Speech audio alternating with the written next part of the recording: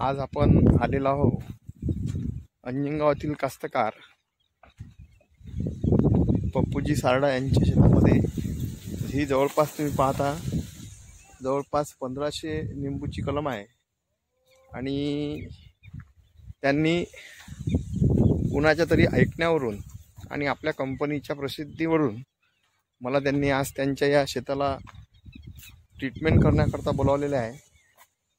निंबूची स्थिती बरी आहे, परंतु असं वाटते की काही झाडांवर तुम्ही पाहू शकता, या झाडांवर